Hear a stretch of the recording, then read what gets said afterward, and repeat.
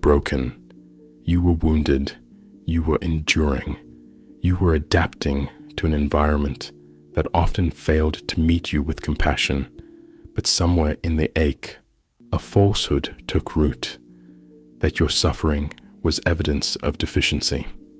That pain equated to personal failure. You were told you were too sensitive, too quiet, too intense, not enough. So you shrank, you concealed, you constructed identities that made others comfortable at the expense of your own authenticity. And over time, you forgot how it felt to be truly seen without the need to perform. But here's the truth you were never offered. You weren't designed for perfection. You were made for presence. What feels disordered is simply human. What aches is testimony to your survival. You are not a problem to be solved.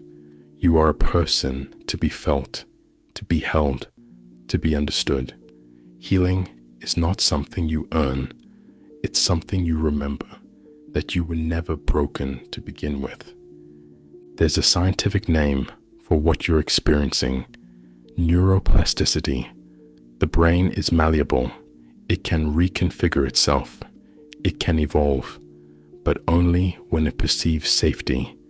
When you were in survival mode, your brain did exactly what it was programmed to do: defend, avoid, react. But survival is not the same as living. And now you're ready for something more. Healing isn't the erasure of history. It's a transformation of your relationship to it. Your past shaped you, but it does not define you. Trauma lodges itself in the body, yes, but so does resilience, so does joy, so does the capacity to trust again. Asking for help is not a sign of weakness.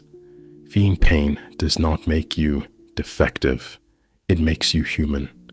And the science is clear. You are biologically equipped to heal.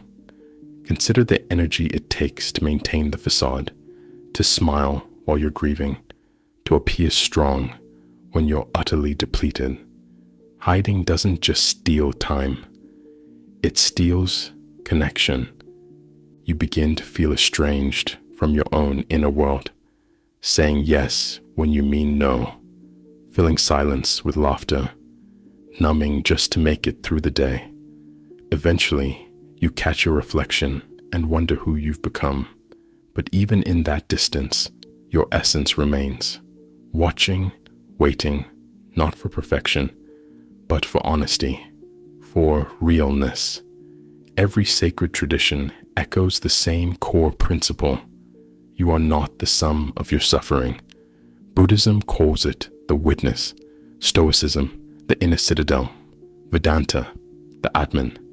It is the part of you that notices, but is not consumed, that feels the fear, but still chooses to remain. You are not the chaos. You are the awareness behind it. No matter what you've endured, your soul remains intact, like gold hidden beneath soil, obscured perhaps, but never destroyed. You don't need to reinvent yourself. You need only to return to what's always been within you. Healing is not a linear journey. It's a reclamation, a reclaiming of the breath you withheld, the voice you silenced, the fragments you abandoned in order to survive. And it begins here, in presence, in awareness, in the quiet courage it takes to truly feel. You don't need to be fixed to be loved. You don't need to erase your past to deserve peace. You need only to return to your body, to your breath, to the truth that never left you. You didn't lose yourself. You protected yourself, and that too was love. Now, let it be safe to return. Final message. You are not broken. You are courageous. You are whole. Even when you feel fragmented, there is a thread within you that never unraveled. When you follow it, when you allow yourself to truly feel, you'll rediscover something profound. You were never broken. You were simply buried, and now you are rising, So breathe. Come home to yourself.